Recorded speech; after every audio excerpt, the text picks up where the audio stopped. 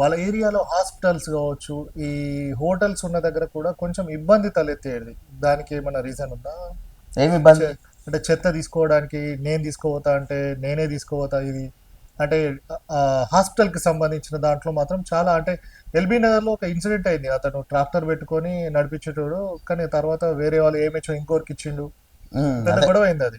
అదే ఇప్పుడు కొంతమంది ఏం వసూలు చేయబట్టి ఏమైందంటే, ఇప్పుడు హాస్పిటల్ ఆనుకొని ఏ కార్మికుడైతే పనిచేస్తున్నాడో ఆ హాస్పిటల్లో చెత్త తీసే అధికారం కానీ, ఆ చెత్త తీసే అవకాశం కానీ అదే కార్మికుడు కల్పించాలి.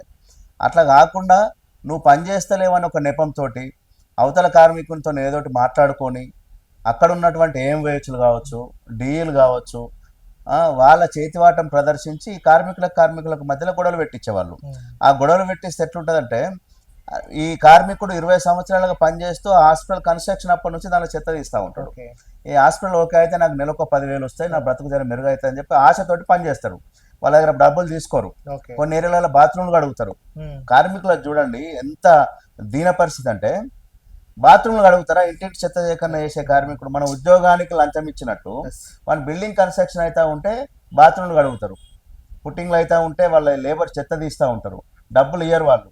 ఇదంతా ఓకే అయితే నాకు వస్తుంది కదా అని ఆశతోటి చేసినాక ఈ హెల్త్ ఆఫీసర్ ఎవరినో అక్కడ సంబంధం లేని తీసుకొని వచ్చి ఆడ పెట్టినాక కార్మికుడు ఎట్లుకుంటాడు?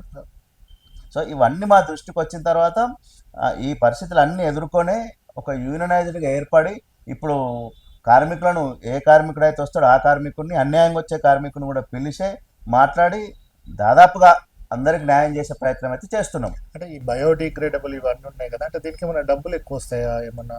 ఎందుకు అట్లా? హాస్పిటల్లో మనకు గార్బేజ్ ఎక్కువ వస్తుంది కాబట్టి కంపల్సరీ అమౌంట్ కూడా ఎక్కువనే వస్తుంది. ఎందుకంటే బండి ఎక్కువ లోడ్ అయినప్పుడు ఇప్పుడు ఇంటింటి చెత్త సేకరణ చేస్తే 500 ఇళ్ళు తీస్తే 25,000. ఓకే. అది పొద్దున్న నుంచి స్టార్ట్ చేస్తే సాయంత్రం దాకా చేస్తే, ఇప్పుడు ఈ బల్క్ ఎట్లుంటుందంటే హాస్పిటల్ ఒకటి దగ్గర తీసుకుంటారు కదా, తీసుకున్నప్పుడు ఆ వెయిట్ బట్టి సుమారుగా మాట్లాడుకొని తీస్తారు అన్నట్టు. రోజు వస్తాయి కాబట్టి. అట్లా అందుకోసమనే కాస్త ఈ హోటల్స్ కానీ ఈ హాస్పిటల్ కానీ నా ఏరియా పోకుండా చూసుకోవడానికి తగు జాగ్రత్తలు తీసుకుంటూ ఉంటారు. ఎట్ ద సేమ్ టైం పెద్ద పెద్ద అపార్ట్మెంట్స్ టవర్స్ పడ్డాయి. సో వాళ్ళకి అందరికి ఎట్లుంటుంది అని అంటే అంత ఒక్కటే దగ్గర సముదాయం, ఒక 1000, 2000, 3000, 10,000 ఇండ్ల అటువంటి సముదాయాలు ఇప్పుడు మన దగ్గర ఉన్నాయి. వాళ్ళకి ఏంటంటే చెత్త పైకి వెళ్ళేస్తే కింద ఒక దగ్గర వచ్చి పడుతుంది. మన కార్మికులకు అది తీసుకొని పోవడం ఈజీ ఈజీ కాబట్టి వాటి వైపు ఎక్కువ మొగ్గు చూపుతారు. అందులో కూడా ఇప్పుడు పెద్ద పెద్ద టవర్స్ దగ్గర ఎట్లున్నదంటే, ఇంటింటికి 50 రూపాయలు వేసుకుంటే 600 ఇండ్లు ఉన్నాయి అనుకోండి, ఒక సముదాయం 30,000 ఇవ్వాలి వాళ్ళు. వాళ్ళు ఏం చేస్తారు? 8,000, 12,000, ఇంటికి 20 రూపాయల కంటే తక్కువ వేసి కూడా ఇస్తారు వాళ్ళు. దేనిలో బార్గెన్ చేయరు, కానీ ఈ చెత్త కాడికి వచ్చినప్పుడు మాత్రం బార్గెన్ చేస్తూ ఉంటారు. అందులో సమస్యలు ఉన్నాయి. వాళ్ళు పైకి వెళ్ళి వాటర్ బాటిల్స్, బీర్ బాటిల్స్ ఏదన్నా కింద పడేస్తే మా కార్మికులు చేసేటప్పుడు ఇవన్నీ కోసుకుపోయిన సంఘటనలు కూడా ఉన్నాయి. నాణానికి ఒకవైపు చూస్తున్నారు, నాణానికి ఇంకో వైపు చూస్తే రోగాల పాలైన వాళ్ళు, ఎదగనోళ్ళు, యాక్సిడెంట్లు అయి చనిపోయిన వాళ్ళు, గాయాలై నేను ఇందాక చెప్పినట్టు బాటలు పుచ్చుకోండి, దానిలో ఏముంటుందో తెలియదు కదా. ఆతృత ఏమన్నా ఉంటే, రీసైక్లింగ్ ఐటమ్ ఏదన్నా ఉంటే తీసి అమ్ముకుందామని ఆతృతతో చేతులు పెట్టి తీస్తే బాంబులు వెళ్ళినాయి, ప్రాణాపాయ స్థితిలోకి అయినరు, చనిపోయినరు. ఇది నాణానికి ఇంకొక వైపు. సో ఇది కూడా ప్రభుత్వానికి తెలియక కాదు, కంపల్సరీ ఇంటెలిజెన్స్ విజిలెన్స్ రిపోర్ట్ ఉంటుంది, కానీ వారు ఎందుకో ముందుకు వస్తలేరు. ముందుకొచ్చి ఇప్పుడు ఓఆర్ఆర్ దాకా వెళ్ళింది.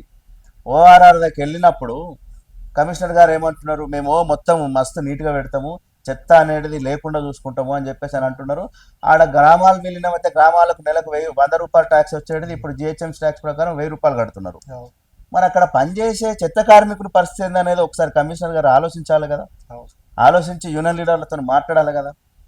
మేము మాట్లాడదామని చెప్పేసి అనిపోతే కర్నల్ గారు ఇంకా వేరే ముచ్చట్లు చెప్తారు, మీరు చైల్డ్ లేబర్ నడిపిస్తున్నారు, బండి ఇంకోటి నడిపిస్తున్నారు అని చెప్పి చెప్తున్నారు. సో వారితోనైతే వారు పిలుస్తారు అని చెప్పేసి అనుకుంటున్నాము.